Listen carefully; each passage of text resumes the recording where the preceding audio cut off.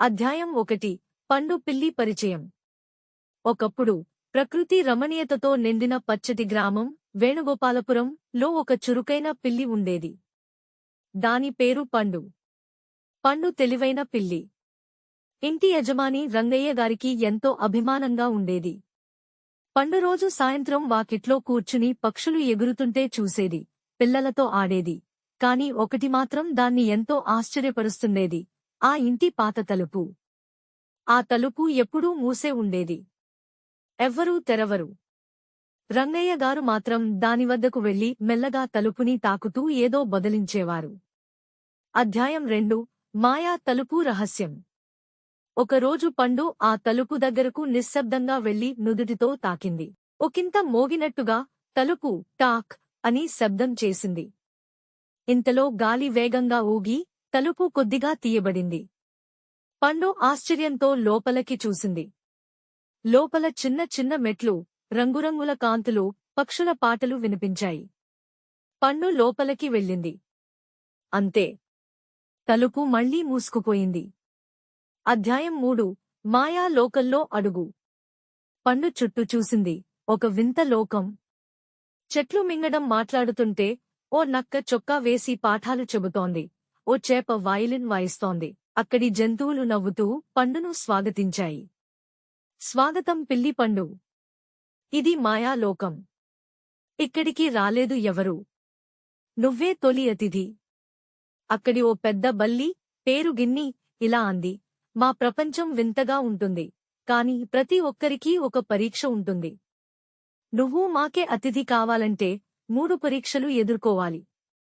అధ్యాయం 4 తెలివితేటలు పరీక్ష. మొదటి పరీక్షలో పండు ఎడారి లాంటి తోటలో ఓ కోడిపుంజ కోడిపిల్లను కోల్పోయిన పరిస్థితి. దాన్ని తెలివిగా గాలి దిశ, చిటికెన బూడిద వాసనల ఆధారంగా వెతికి సురక్షితంగా తల్లి దగ్గరకు చేర్చింది. అందరూ అచ్చం చెప్పలేనంతగా ఆనందించారు. అధ్యాయం 5 ధైర్యం పరీక్ష. రెండవ పరీక్షలో పండు ఒక చీకటి గుహలోకి వెళ్ళాలి. గుహలో ఎవరూ లేరు అనుకున్నప్పటికీ లోపల ఓ గాయపడిన పాము ఉంది. మొదట పండు భయపడింది. కాని పాము గాయపడిందని తెలుసుకుని తన చీలికతో తడి ఆకులు తీసుకుని కప్పింది.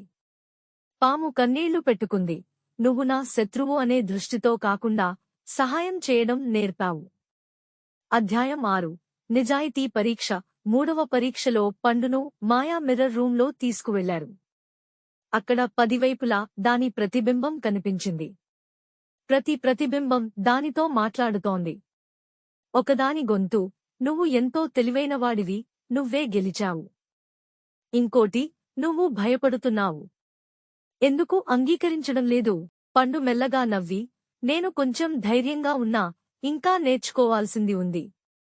నేనేం పర్ఫెక్ట్ కాదు, కానీ నిజాయితీగా ఉండటం నాకు ఇష్టం. ఇంత విని అన్ని ప్రతిబింబాలు కలిసి ఒక వెలుగుగా మారి తలుపు తెరిచాయి. అధ్యాయం 7 తిరిగి గ్రామానికి. పండు మళ్లీ తలుపు దగ్గరికి వచ్చింది. తలుపు మెల్లగా తెరుచుకుంది. అది బయటికి వచ్చింది. వాకిట్లో రంగయ్య గారు నవ్వుతూ పిలిచారు: పండు, ఎక్కడికి వెళ్లావో తెలియదు కాని నీవు మరింత తెలివిగా, ధైర్యంగా మారినట్టు కనిపిస్తున్నావు. అప్పటినుంచి పండు తన కథను పిల్లలకు చెప్పే అలవాటు వేసుకుంది. మాయా తలుపు గురించి వినాలి అంటే ప్రతిరోజూ ఒక పిల్ల వచ్చేది. నైతికత, తెలివి, ధైర్యం, నిజాయితీ, ఇవే నిజమైన మాయ. నిజంగా గొప్పవాడవ్వాలంటే మన మనసును నిజంగా మార్చుకోవాలి.